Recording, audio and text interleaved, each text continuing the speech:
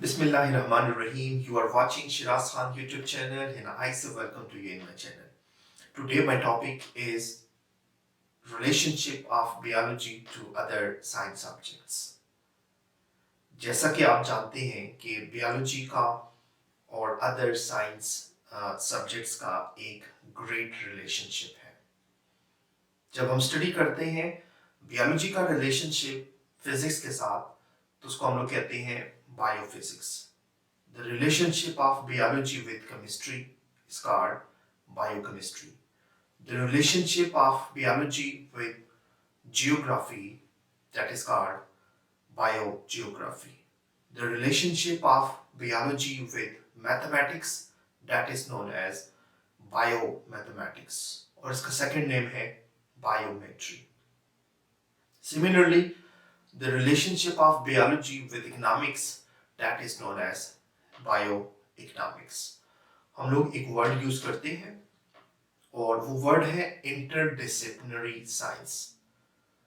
Basically interdisciplinary science में हम ये पढ़ते हैं कि एक साइंस सब्जेक्ट्स का दूसरे साइंस सब्जेक्ट के साथ जो है क्या रिलेशनशिप है, यानी कि दो साइंस सब्जेक्ट्स आपस में मिलके एक अनदर ब्रांच जो है वो बनाती है और उसको हम लोग क्या कहते हैं, इंटरडिसिप्लिनरी साइंस का नाम जो है वो देते हैं. तो आइए समझते हैं कि बायोलॉजी का अदर साइंस सब्जेक्ट के साथ जो है वो क्या रिलेशनशिप है. सबसे पहले बायोफिजिक्स. बायोफिजिक्स हम लोग कहते हैं कि इट्स बेसिकली रिलेशनशिप है बायोलॉजी और फिजिक्स के दरमियान. So the relationship of biology and physics is called biophysics. Biophysics में हम तमाम वो बेसिक प्रिंसिपल्स, वो बेसिक लॉज को पढ़ते हैं जो कि बायोलॉजी में यूज होती है. फॉर एग्जांपल हम लोग कहते हैं कि मूवमेंट ऑफ लिम्स, ये जो एक एनिमल है इंक्लूडिंग ह्यूमंस, इसमें अगर आप मूवमेंट ऑफ लिम्स को समझना चाहते हैं तो आपके पास फिजिक्स का नॉलेज का होना जरूरी है.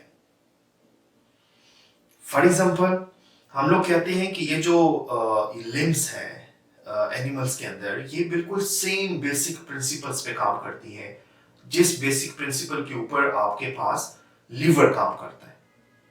लीवर में हम लोग ये पढ़ते हैं कि आपके पास बेसिकली क्या होता है कि एक उसका एक सेंटर पॉइंट होता है जिसको हम लोग पिवट पॉइंट कहते हैं, और उस पिवट पॉइंट के इस साइड पर भी एक रॉड जो है वो लगा होता है, दूसरे साइड पर भी आपके पास एक रॉड जो है वो मौजूद होती है.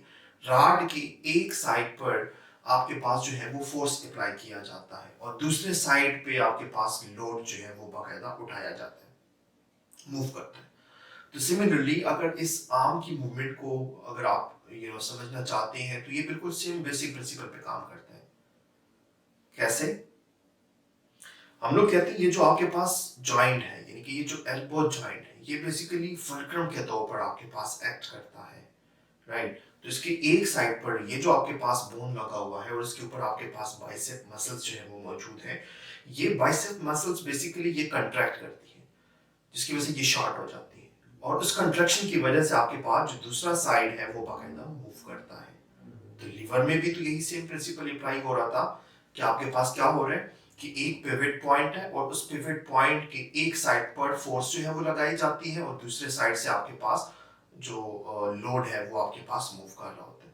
तो अब अगर आपके पास इस लीवर के बारे में नॉलेज होगा, फिजिक्स के बारे में नॉलेज होगा, तो आप इन मूवमेंट्स ऑफ लिम्स को आप आसानी से समझ सकते हैं.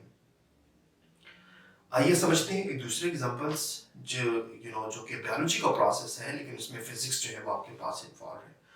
जैसा कि आप जानते हैं, आपको ये पता है कि ये जो एनिमल्स होती हैं वो एक जगह से दूसरी जगह तक लोकोमोशन परफॉर्म करती है, ये लोकोमोट होती है, और जो प्लांट्स है उनके अंदर मूवमेंट्स पाई जाती हैं.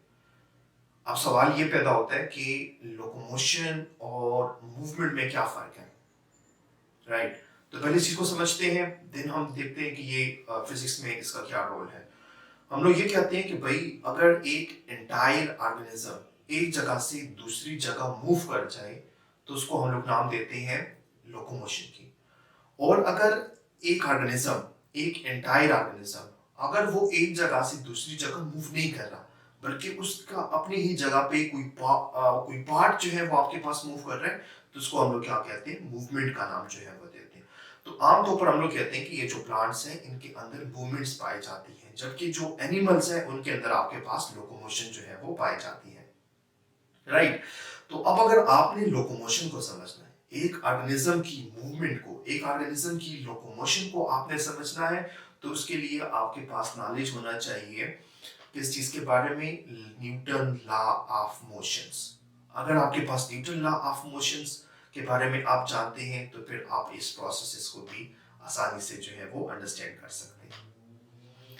अगर तीसरा एग्जांपल हम देखें, जैसा कि आप जानते हैं और आपने एनवायरनमेंट में, आप स्काई में देखते होंगे कि बर्ड्स जो है वो फ्लाई करती है, ये बेसिकली फ्लाइंग मशीन्स है, राइट। अब वो जो फ्लाइंग मशीन है, अगर आपने उसको समझना है, राइट, तो आपके पास एरोडायनामिक्स का नॉलेज का होना जरूरी है। और एरोडायनामिक्स बेसिकली हम लोग पढ़ते हैं फिजिक्स में। तो अब आपके पास फिजिक्स का नॉलेज होगा तो ही आप क्या कर सकते हैं, बायोलॉजिकल इस फेनोमेना को आप समझ सकते हैं। दैट्स व्हाई हम लोग कहते हैं कि बायोलॉजी का और जो फिजिक्स है, इनका आपस में जो है एक ग्रेट रिलेशनशिप है। सिर्फ बायोलॉजी का नॉलेज जो है वो काफ़ी नहीं है, बल्कि आपके पास अदर साइंस सब्जेक्ट्स का नॉलेज का होना भी ज़रूरी है अगर आपने बायोलॉजी के फील्ड में आगे मूव करना है।